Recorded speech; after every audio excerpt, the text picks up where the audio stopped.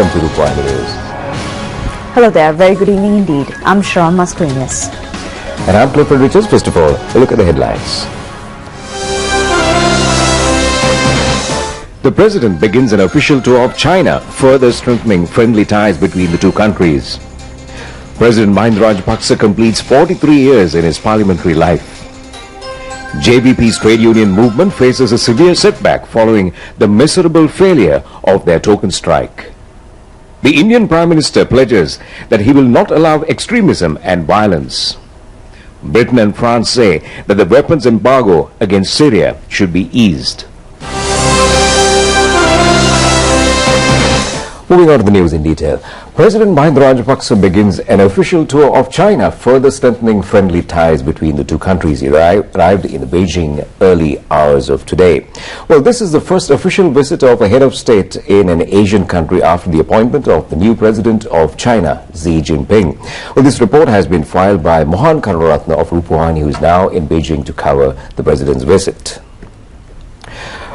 President Mahinda Rajapaksa arrived at the Beijing International Airport this morning, opening his 4-day official visit on a special invitation extended by the new Chinese President Xi Jinping. Chinese Deputy Foreign Minister Liu Cheng-ming warmly greeted President Rajapaksa and First Lady Madam Shiranti Rajapaksa at the special terminal set apart for foreign heads of state.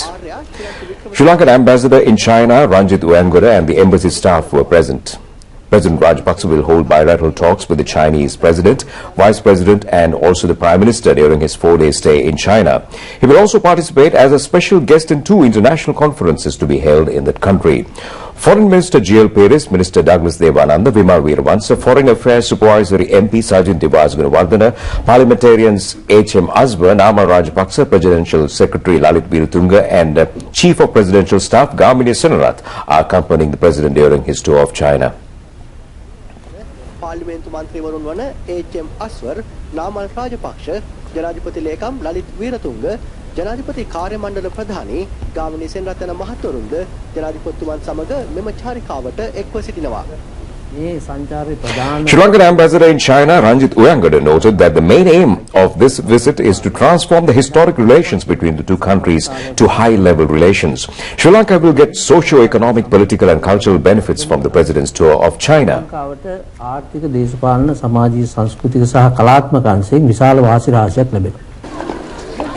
President Rajapaksa, First Lady and the Sri Lankan delegation were received by the Deputy Chief Incumbent of the Lingguan Temple in Beijing, the Venerable Shu Yu Thero, when they visited the temple today. A sacred tooth relic of the Lord Buddha is placed at the 1,200-year-old temple. This is the only temple with sacred tooth relic apart from Sri Lanka.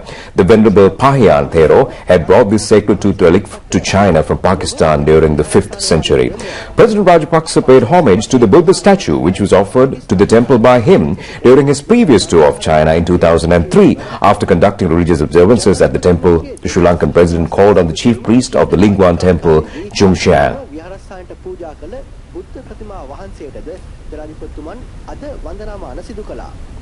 විහාරස්ථානයේ ආගමික වතාවත් සිදු කිරීමෙන් අනතුරුව ජනාධිපතිතුමන් ලිංගුවන් විහාරස්ථානයේ ප්‍රධාන විහාරාධිකාරී චං ෂියන් හිමියන්ද හමු වුණා.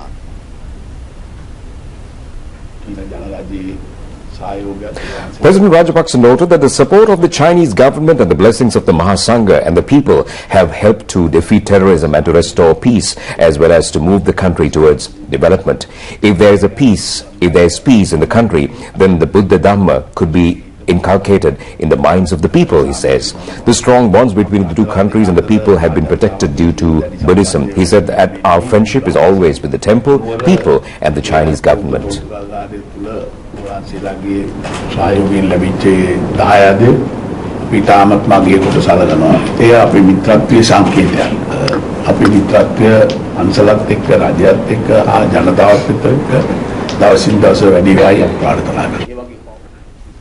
Economic Cooperation and Development Organization says that China will become the super economic power in the world 2016. Analysts point out that a country like Sri Lanka, which is moving towards rapid development, could obtain many economic benefits from China. China has a great ancient civilization, The Great Wall of China, which was built 2,000 years ago, was a fine example for this ancient grandeur. The Chinese civilization has gifted many new creations to the world, including currency notes, compass, astronomical science, watch and gunpowder. China has been able to become the largest motor vehicle producer in the world and the major market. There was a long history for China-Sri Lanka trade relations. It began with the launching of the Silk Route.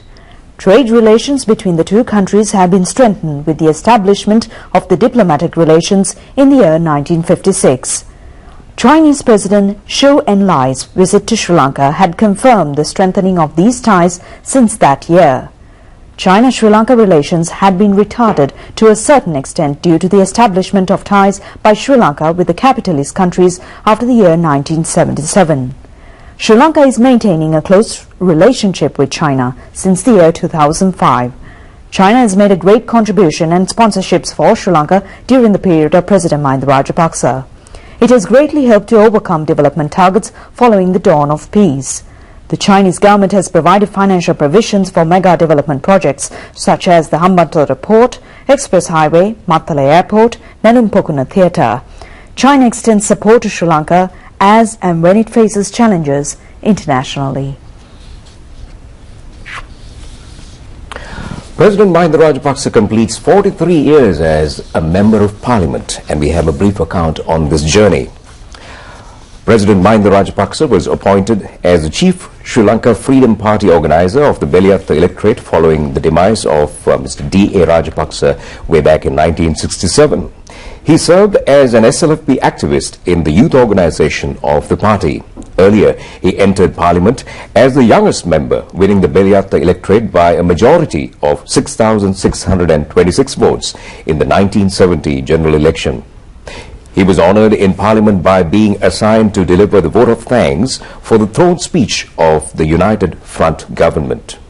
The meaning of his speech was the pulse of the suffering masses in Giruapattua. He also committed himself to ensuring the future of the suffering people in the area since that time. President Rajapaksa was instrumental in organizing Padayatra, protest marches, and also Janagosha, sounds of the people, and also human chains. He in fact raised his voice on behalf of the rights of the youth during the 1988-89 period of terror. Mr. Rajapaksa re-elected to Parliament, receiving the highest number of preferential votes from the SLFP in the Hambantota district in 1989 general election. He again received the highest preferential votes in the 1994 general election. Mr. Mahinda Rajapaksa held ministerial portfolios, many of them including labour, vocational training, fisheries, aquatic resources, ports, naval and highways. He gained a landslide victory in the 2004 general election and was elected as the 13th Prime Minister of Sri Lanka. He was elected as the 5th Executive President in 2005. The defeating of the 3-decade-old terrorism was a major task vested in him at that time. He created a conducive, peaceful environment for the people in the north and south, enabling them to live without fear or suspicion, defeating terrorism within 3 years. He was re-elected as the President of Sri Lanka in 2010 presidential election, receiving over 1.8 million of votes. The path towards transforming Sri Lanka as a wonder of Asia has been laid from there onwards. Express highways were opened and new ports and airports have been built. Many massive reservoirs are being constructed. Power plants such as Upper Kotmale, Keravalapiti and Orachole have been built. A new chapter in rural road development has begun. President Mahinda Rajapaksa has taken over the responsibility of transforming Sri Lanka as an emerging state in Asia, protecting sovereignty of the motherland despite massive international challenges. Well, several businessmen say that hosting of the Commonwealth Summit in Sri Lanka is a great opportunity for the country to show its peaceful environment and the development to the whole world. They lauded the progress achieved in the development process after the ending of terrorism. The holding of the Commonwealth Heads of State Summit in Sri Lanka is a rare opportunity for the island nation. The government has already made necessary arrangements towards this end. The development of the city of Colombo as a trade hub in the region was a major step of this initiative. It will help to bring to the notice of the representatives of over 50 countries of Sri Lanka the true situation. The government also hopes to attract more foreign direct investments to the country. Sri Lanka will get an opportunity to promote goods and services in foreign countries and to attract foreign businessmen. Several businessmen pointed out that the Commonwealth Summit will also help towards improving all sectors of the economy.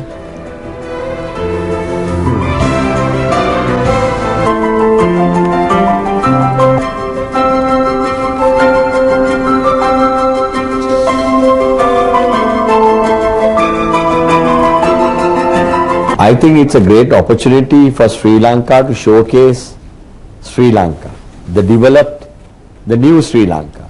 We had a 30-year war and war's finished. The members who come to participate in this CHOGM conference, I think will take back to their countries the development we have achieved after the 30-year war. The reality is Sri Lanka has moved forward.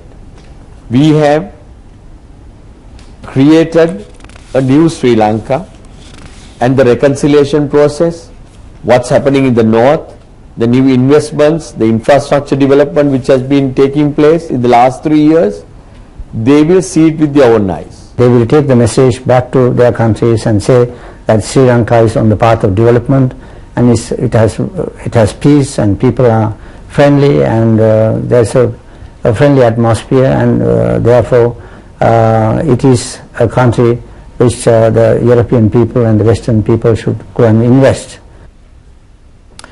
Indian Prime Minister Dr. Manmohan Singh has pledged that he will never allow extremism and violence to raise its head again in the country.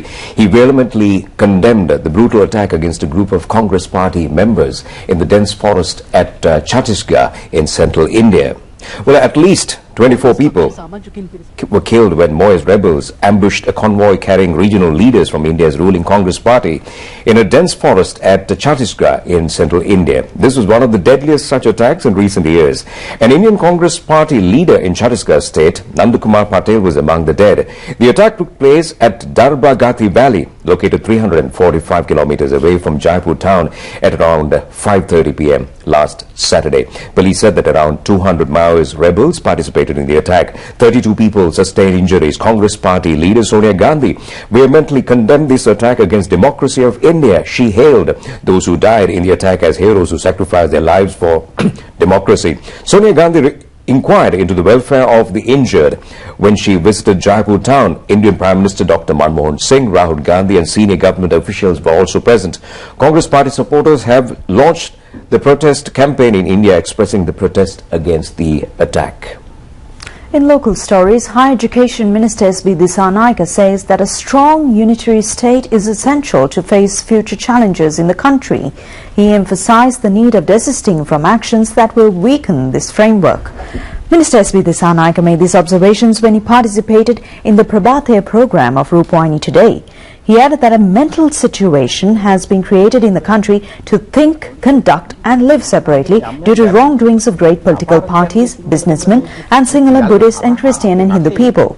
It is unbecoming to think about police and land powers when devolving power. Further, the central government needs the power to act as a strong unitary state when facing problems on national security, unitary status as well as economic crisis. The country cannot be moved forward if there is no power to the central government. The country will divide again if it happens, he said. Well, the Sripada pilgrimage season comes to an end. The pilgrimage season, which began from the Undawap full moon Poya day, concluded on Vesak full moon Poya day. A part of the puja items and jewellery of gods which were placed at Sripa Malua were brought to the Palmadul Galpottawal Rajamaha Vihare in procession on this morning. Well, the hundreds of thousands of devotees pay homage at Sripada annually. Over 1 million people have visited the Sripada for worship during this season. An all-night Pirit chanting ceremony was held after bringing the puja items and jewellery of gods to Nallathani Buddhist Centre as a symbol of the conclusion of the pilgrimage season. Later it was brought to the Ratnapura Mahasaman Devalaya via Kalugala Avissawella.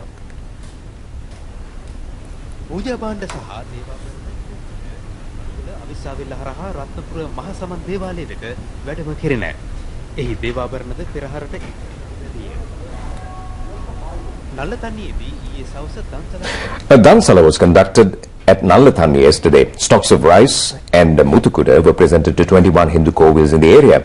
Cash and prizes were presented to students of 6 schools and 14 Dhamma schools. Dry rations parcels were also distributed among 500 low-income families. This was organized on the directions of the Chief Priest of the Sri Pada, the Venerable Bengamwe Dhammadinna Thero. 4 RupEng-News-27-May zones will be held tomorrow as well. The Central Province and the Vellasa Vesak zones were concluded yesterday. Prime Minister D.M. Jayaratne declared open the Sacred Tooth Reality Exposition at the Bauddhaloka Vesak zone yesterday. It is being held at All Ceylon Buddhist Congress headquarters. Several Thorangs and lanterns are also being exhibited at the Vesak zone, which will conclude today.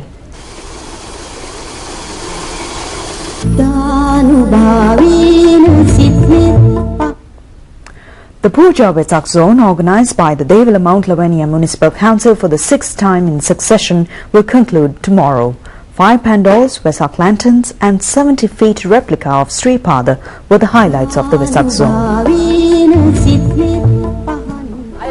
Thousands of people visited the Devanna Vesak zone with creations of officers of security divisions. It has been organized by the Ministries of Defence and Urban Development on the directions of the Venerable L. Gunawansa Thera. A Bhakti Gee recital will be conducted by the Navy at a ferry floating on the Devanna Oya. It will be held tomorrow as well.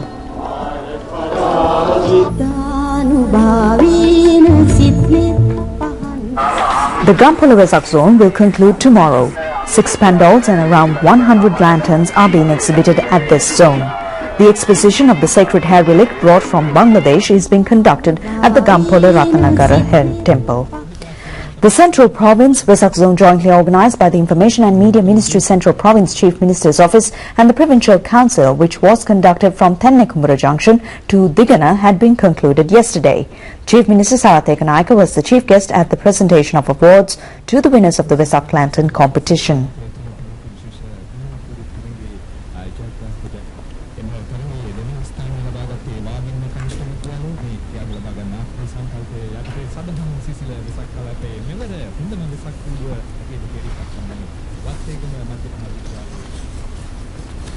Well, the colors of Vesak decorations light up the country. Colorful Vesak lanterns and decorations were lighting up the night sky in Colombo and also in the suburban areas. A pandal depicting Takka Jataka is being exhibited in Ratnalana. This pandal is being displayed for the 14th time by the Panadura Varana Buddhist Youth Organization.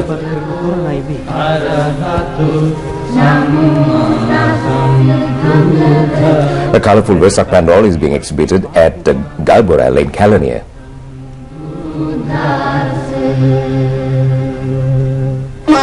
This is the Maharagama Vesak lantern.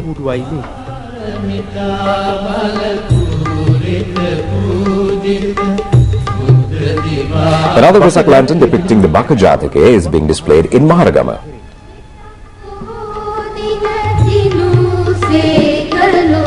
This pandal is erected by the Maharagama Traders Association and the business community.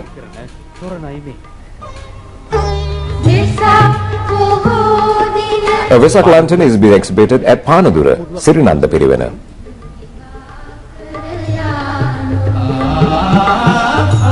Well, this is the Kadavata pandal.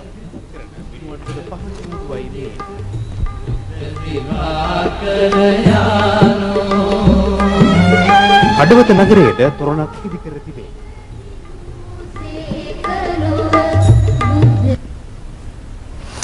Well, the Rice Dansala, organized for the 3rd time in succession at Temple Trees, is being continued till the 29th of this month. It is organized to coincide with the Gangarama Buddha Rashmi Vesak zone. All necessary facilities have been provided for the people visiting the Dansala. Well, Deputy Minister Earl Gunasekara says that the time has come to dissolve JVP trade unions. He noted that the bankrupt Marxist Party was giving various excuses for the unsuccessful strike organized by them on the 21st of this month.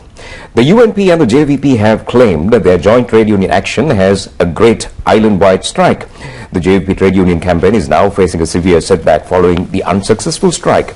JVP members expressed their displeasure against Lal Kanta, who organized the strike. Later, Lal Kanta claimed that the countrywide strike was a token strike. He told the media that they cannot convene an all-island strike in a hurry.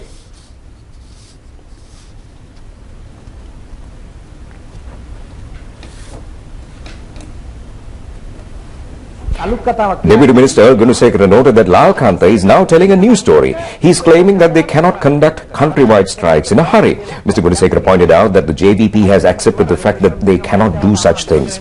He noted that they have clearly stated that the JVP is yet to identify the nature of Ranil Wickremesinghe. Ranil will never give Lal Kanta to score some points. People who cannot understand this reality were behind the strikes, he said. He further pointed out that Lal Kanta had been rejected by his party and the people as a result of a statement made by him in a recent meeting. He added that the people will not join in protest demonstrations with such an aim or to support the strike, sacrificing their lives and jobs. Intelligent people will never join hands with this party and a person like Ranil Wickremesinghe. The Rice Dansala, organised for the third time in succession at Temple Trees, is organised to coincide with the Gangarama Buddha Rashmi Vesak zone. We now bring you the visuals on this.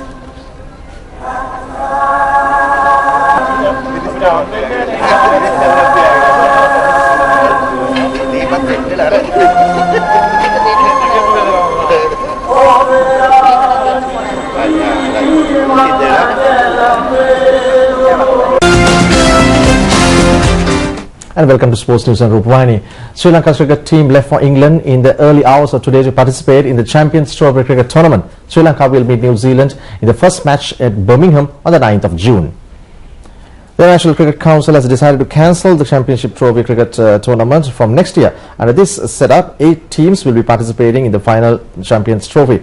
Sri Lanka team led by Angelo Matthews is comprised of Jinesh Chandimal, T.M. Dilshan, Mahela Jawadana, Kumar Sangakkara, Kasul, Janit Pereira, Lahiru Tirimanna, Jeevan Mendis, Tisra Pereira, Rangana Herath, Satirtha Senanayaka, Shamindra Eranga, Nuwan Kulasekara, Lasit Maling and Chanaga Velagidra. Members of the Mahasangha chanted set spirit, invoking blessings on the Triple Gems and Sri Lankan cricket team. Sri Lankan cricketers faced a group photograph with heads of cricket including high officials of Sri Lanka cricket.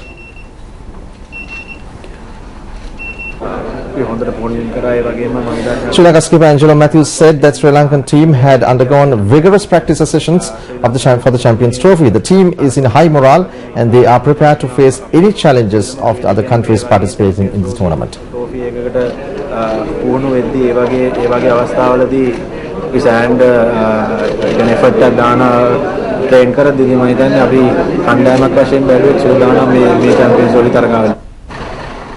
Lasit Malinga, who is away from the island to participate in the IPL tournament, will join the team later to play in the Champions Trophy cricket tournament matches.